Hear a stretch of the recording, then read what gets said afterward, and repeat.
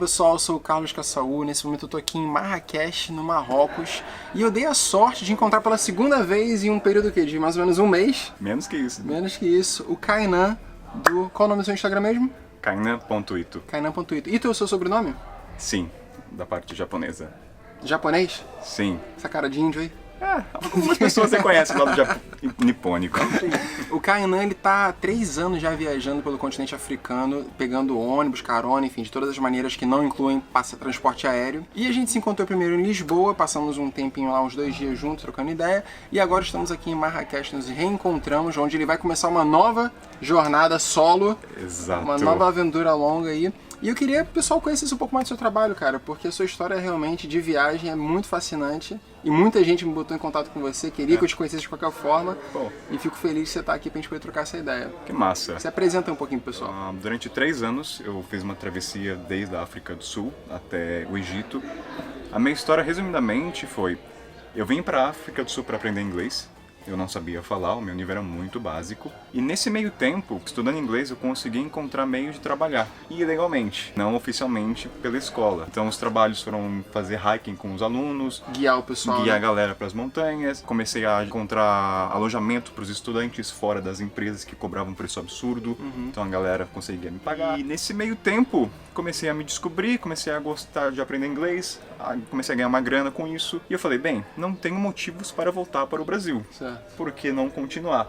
Então tentei arranjar o visto para estender mais, acabei não conseguindo visto legalmente. E eu falei, bem, Kainan, vamos continuar viajando. E eu nunca tinha viajado antes, foi o primeiro mochilão já, de primeira. Pra África, já logo. para a África de primeira, não sabia como funcionava a fronteira, não sabia o processo do visto. E de repente, quando eu vi, procurei meios de viajar com baixo custo. Eu falei, tem o Workaway, vou cadastrar. Encontrei uma mulher lá no Zimbábue e falei, mãe, tô indo pro Zimbábue. Não sabia de nada. Quanto tempo você já estava na África do Sul? Isso 6 meses. 6 meses depois. Mas ali tava mais focado, tava morando em Cape Town, então eu não tinha uma ideia de como era a África do Sul em si. Certo. E ali pesquisei como atravessar, vi que consegui o visto na fronteira, fui ali, olha, mãe, vou pra Zimbábue, tem um projeto que eu consigo morar, ajudar na pintura da casa, mulher me recebe, e dali fui me encontrando, e ali eu fui aprendendo no meio do caminho. Vendi minhas mochilas de rodinha, vendi minhas... Ficou com uma de rodinha pra África? Não, eu vendi, eu cheguei na África do Sul com mochila de rodinha, desfiz por um preço de banana, comprei uma mochila cargueira, comprei uma bota, e era isso, não tinha nenhuma experiência. E dali, primeira fronteira e já foi no Zimbábue. E como é que foi essa questão com medo, cara? Porque, por exemplo, eu nunca viajei pela África. Aqui o Marrocos é a minha primeira experiência no continente africano. É uma experiência bem distinta. Já tô tendo essa experiência aqui. Eu sei que conforme você vai indo pro sul, o negócio muda ainda de figura, né? Sim. Mas eu já estive em outros países que também são um pouco menos desenvolvidos na questão assim, de segurança social, transporte, tudo isso que a gente está acostumado na nossa sociedade. Como é que foi essa questão com medo mesmo? Porque lá no Brasil, imagino que tua família ou teus amigos, quando você falou, vou pra África e não sei quando é que eu volto, o pessoal deve ter ficado um pouco assustado, né? Sim, acho que eles têm essa imagem que a mídia só passa coisas ruins, então isso generaliza para todos os países. Medo sempre tive, não vou negar, todas as fronteiras sempre dá aquele frio na barriga, não tem como. Só que é um medo diferente do que a gente vê na mídia, é um medo de você estar sozinho, atravessar e você ser a atenção da galera. Porque a nossa coloração é diferente, você não passa desapercebido, é um branco entre a coloração negra. Sim. Então é intimidador, o pessoal te olha, então você sabe que todo mundo tá... Sabe quem você é, tá te prestando atenção em você. Tá prestando. Um cara com uma mochila, ele não é dali. Então o pessoal vai te aproximar, seja do lado benévolo ou não, seja querendo tirar dinheiro ou realmente tem as pessoas que querem te ajudar. Certo. E são muitos. A gente tem essa imagem que eu tinha, que geralmente as pessoas se aproximam querendo ganhar dinheiro, algo em troca, mas não, tem esses anjos da guarda que aparecem para te ajudar sem nada em troca. Então, medo sempre vai ter. Sim. Não adianta. Até hoje, logo vou fazer a travessia, não até Cape Town de novo, até algum país, não sei até qual, mas tenho medo. Não vou dizer que não, porque é o desconhecido. E o que definiu o caminho que você foi fazendo? Assim? O que foi te guiando pelos países que você queria visitar? Aonde eu tinha lugar para dormir. No Zimbábue eu fui porque a primeira mulher que respondeu no curto espaço de tempo, então eu falei, tô indo para lá. Dali encontrei um outro projeto que era uma tribo. Eu falei, Kainan, você pode vir. Que tribo?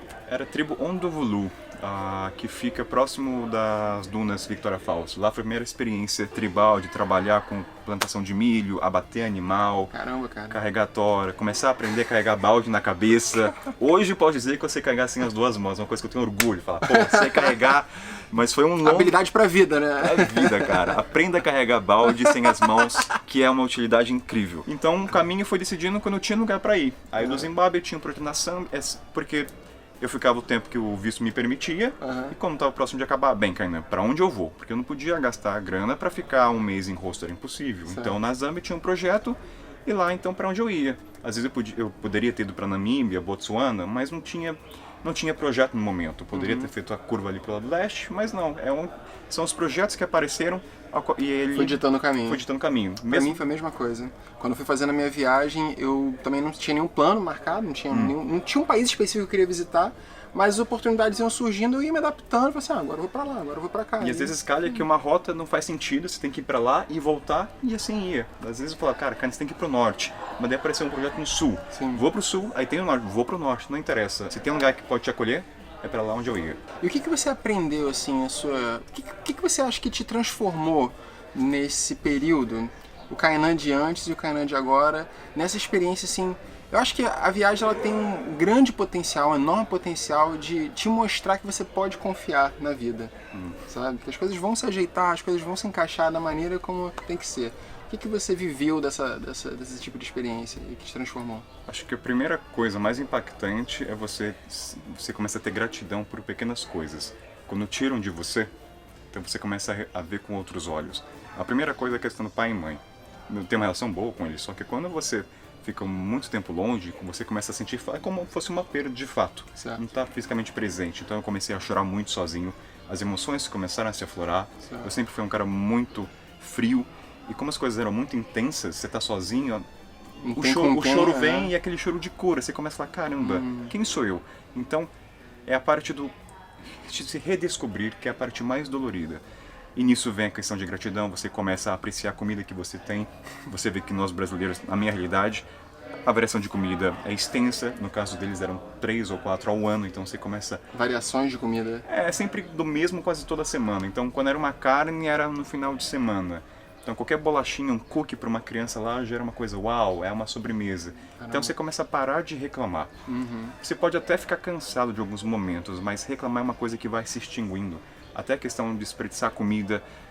Lembro que meu pai sempre falava não deixasse comida no prato, mesmo uma colher, e eu nunca entendi aquela mensagem. Pô, pai, para de encher o saco, né? Você vê que aquela colher faz uma diferença. E a questão da água, você começa a se tornar uma pessoa mais sustentável com o meio ambiente. Você vê que hoje, se eu joguei com uma torneira aberta, tem aquela abordagem educada, mas quando você não tem água, você começa a tomar mais cuidado com as coisas no seu entorno. Então eu diria que a coisa mais difícil de você viajar, vamos falar, a África no geral, você vai se descobrir. E esse processo de conhecimento, no meu caso, foi pela dor, não foi pelo amor.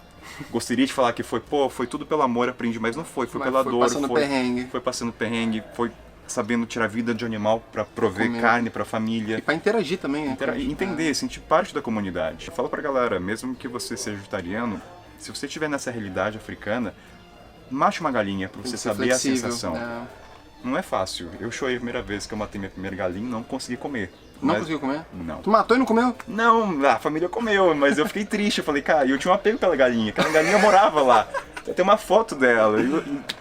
Mas esse é o processo, saber entrar de cabeça e entender aquela realidade num outro contexto fora da sua. E longe, quebrando os julgamentos, né, cara? Porque são todos os padrões de pensamento que a gente vem trazendo com a gente. Exatamente. Incrível, cara. E nesse rolê todo, no total, foram quantos anos mesmo? Quantos meses exatamente? Exatamente 2 anos e 10 meses. E qual foi a pior experiência, assim, o perrengue maior que você passou nesse local, assim, nessa jornada? Vamos lá, o pior perrengue que eu passei foi quando eu tava exportando droga, maconha. Que isso, cara? Pra Holanda. Posso dizer o país, mas tem que ficar em off, que é o lado jornalístico. Era no Malawi. Nessa região eu tava aprendendo todo o processo da Golden Marijuana, que é uma das melhores maconhas, dizem na internet. Certo. E nisso eu tive a chance de entender o processo, como embala, como exporta. Tinha um amigo lá que era artista, que produzia jogos de tabuleiro e colocava um produto dentro para exportar.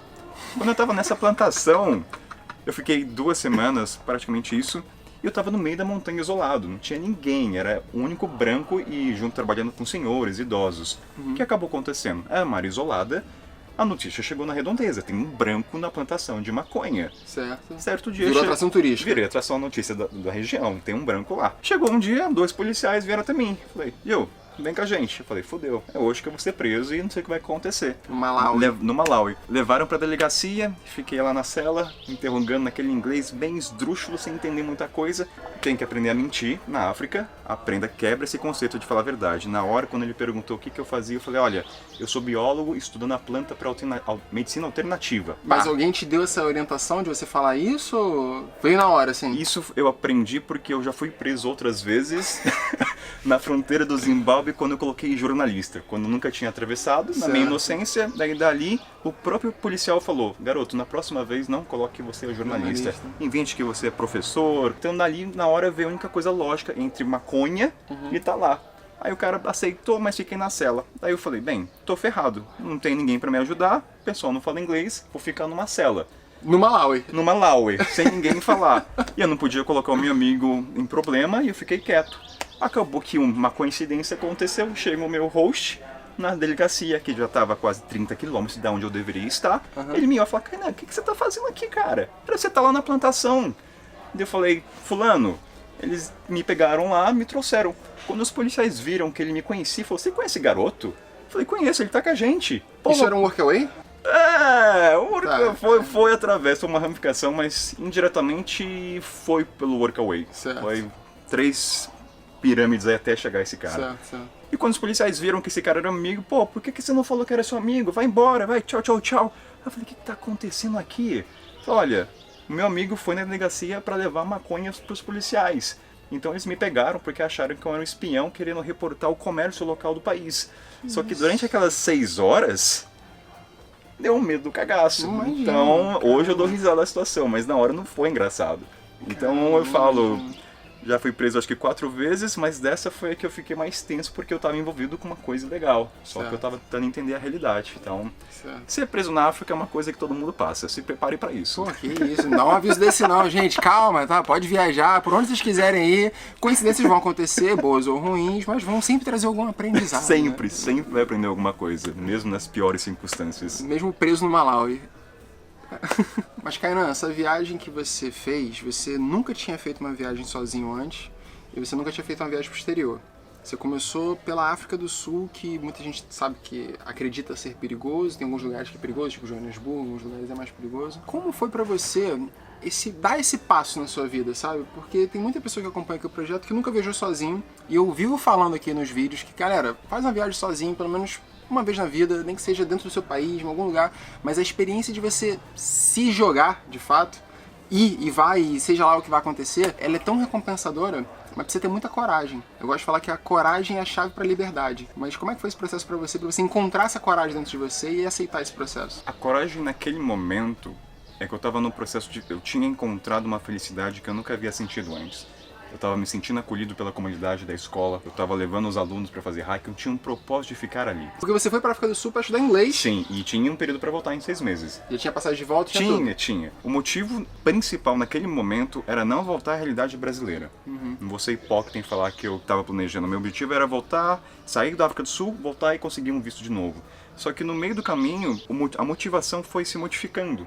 Eu comecei a gostar, eu não estava pensando em querer fazer voluntariado, eu era só pagar menos, acomodação e dali foi. E no meio do caminho, falei, caramba, eu tô gostando disso, tô me conhecendo diferente, olha esses valores que eu tinha. Comecei a me redescobrir, então foi indo. Então a coragem foi, na verdade, não querer voltar pro Brasil. Eu não queria falar, putz, eu não tô em São Paulo mais. Eu teria que voltar a morar com os meus pais. Qual é o emprego que eu teria? Falei, não quero isso. Peraí, vou tentar me descobrir. Eu prefiro atravessar essa fronteira, ver o que vai dar. Então naquele instante era literalmente uma válvula de escape. Não tinha um foco. Porque a motivação era não voltar. Certo. Então, que fosse perder a passagem. E no meio do caminho, comecei a gostar de aprender inglês, a entender a realidade local. Aí foi o autodescobrimento, aí foi querer relatar sobre os personagens. Então foi modificando. Aí, no momento, era chegar até o Egito. Mas daí eu falei, cara, não era chegar até o Egito. Eu poderia terminar na Etiópia, que eu tava feliz.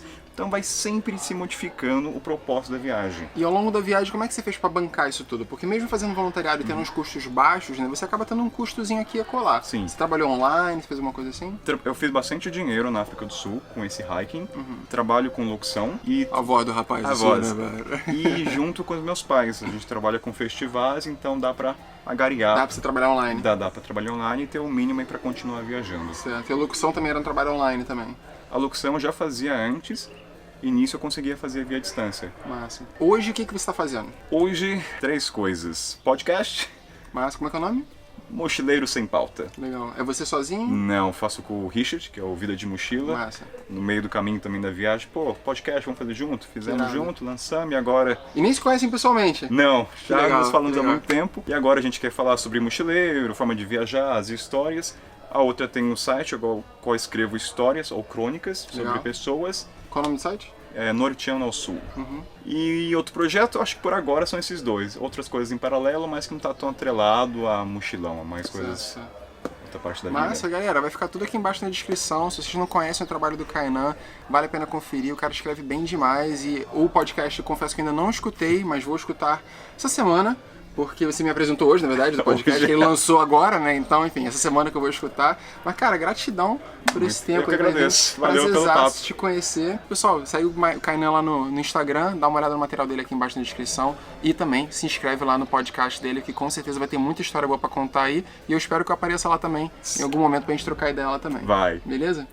Fechou. Falou, pessoal. Um Valeu. abraço e se inscreve no canal aí. Tchau.